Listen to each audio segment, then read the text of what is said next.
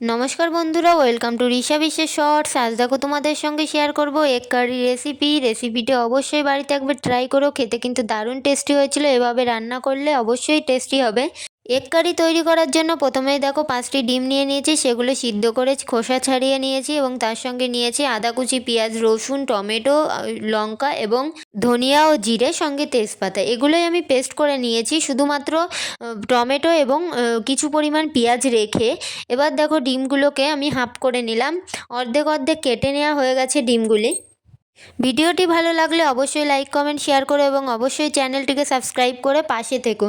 দেখো এবার ডিমগুলি হাফ করে নিয়ে তার উপরে দিয়ে দেওয়া হলো হলুদ এবং লবণ। এগুলো দিয়ে কড়াইতে তেল দিয়ে তেলটি গরম হয়ে এলে এই ডিমগুলি ভেজে নেব। তার জন্য দেখো সব ডিমগুলো দিয়ে ভালো করে ভেজে নিচ্ছি। তোমরা কে কে ডিমের রেসিপি খেতে ভালোবাসো অবশ্যই কমেন্ট করে জানিও। দেখো ডিমগুলো উল্টে দিয়ে আমরা ভালো করে ভেজে নিয়েছি। আমার ডিমগুলি ভাজা হয়ে গেছে।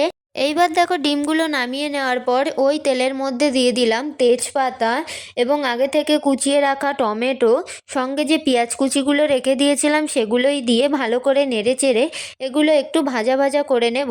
একটু লাল লাল করে নেওয়ার পর এর মধ্যে দিয়ে দেব আগে থেকে পেস্ট করে রাখা মশলাগুলো। তোমাদের আগেই বলেছি আমি কি কি পেস্ট করেছিলাম, সেগুলোই আস্তে আস্তে করে দিয়ে দিলাম। এই মশলাগুলো দিয়ে ভালো করে নেড়ে চেড়ে একটু কষিয়ে নেব। মশলা কষানো হলে এর মধ্যে দিয়ে দেব পরিমাণ মতো লবণ, হলুদ এবং সঙ্গে আমি মিট মশলা দিয়েছিলাম যাতে টেস্টটা আরও ভালো হয়। তোমরা অবশ্যই এটা দিয়ে ট্রাই করো। দেখো আমি ভালো করে কষিয়ে নেব। কষিয়ে নেওয়ার পর এর মধ্যে দিয়ে দেব পরিমাণ মতো জল। জলটা দিয়ে ভালো করে জাল দিয়ে নেব, কারণ গ্রেভিটা আমার গাঢ় লাগবে। দেখো আমি ভালো করে জলটা দিয়ে কিছুক্ষণ ফুটিয়ে নেব এবং এর মধ্যে দিয়ে দিয়েছিলাম তেজপাতা।